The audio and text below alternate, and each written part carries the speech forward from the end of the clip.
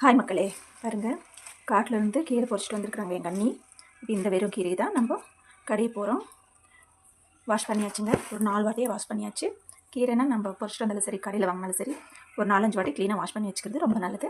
நான் வாஷ் பண்ணியாச்சு. இப்போ வாங்க எப்படி செய்கிறதுன்னு பார்க்கலாம். அதுக்கு தேவையான பொருட்கள்: வெங்காயம், பூண்டு, தக்காளி, பச்சை மிளகாய், சீரகம், மஞ்சள்தூள், தேவையான அளவு ஆயில், சால்ட்டு எல்லாம் சேர்த்து தான் சமைக்க போகிறோம். வாங்க வீடியோக்குள்ளே போகலாம். பாருங்கள், ஸ்டவ்வில் பாத்திரத்தை வச்சாச்சு. ஒரு 2 ஸ்பூன் ஆயில் சேர்த்துக்கலாம். எண்ணெய் காஞ்சி வந்துருச்சு. நம்ம கடுகு சேர்த்துக்கலாம். கடுகு 1 ஸ்பூனு. கடுகு நல்லா வெடிச்சு வந்துருச்சு. சீரகம் சேர்த்துக்கலாம். மிளகாய் சேர்த்துக்கலாம். வெங்காயம் சேர்த்துக்கலாம். பூண்டு சேர்த்துக்கலாம்.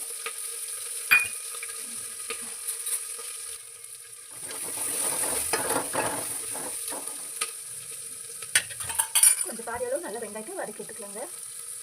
வெங்காயம் பூண்டெல்லாம் நல்லா வதங்கி வந்துடுச்சு. இப்போ நம்ம தக்காளி சேர்த்துக்கலாம்.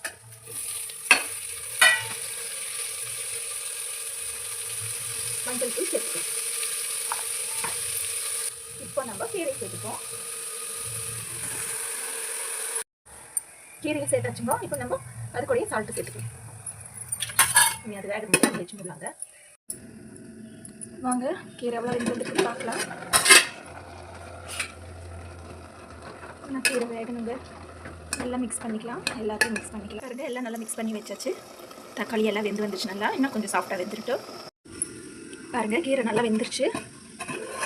நல்லா வெந்து வந்துருச்சு. கீரை, தக்காளி எல்லாமே வெந்துருச்சு. இப்போ நம்ம இதை கடைஞ்சிட்டு தாளிப்போம். சரிங்க, நான் கடைஞ்சிட்டு அதுக்கப்புறம் உங்களுக்கு காமிக்கிறேன். பாருங்கள், நல்லா மையாக கடைஞ்சிட்டு வந்தாச்சு கீரை. இப்போ தாளிக்கலாம். ஒரு சின்ன கடாய் வச்சுருக்கேன், குழம்பு தாளிக்கிறதுக்கு. ஒரு 2 ஸ்பூன் ஆயில் ஊற்றிக்கலாம். கடுகு போட்டுக்கலாங்க.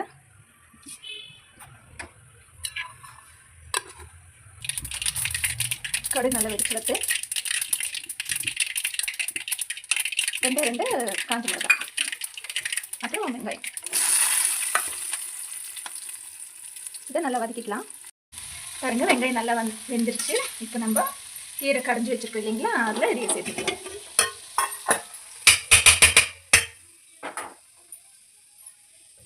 கீரை கடையில் ரெடி ஆயிடுச்சு.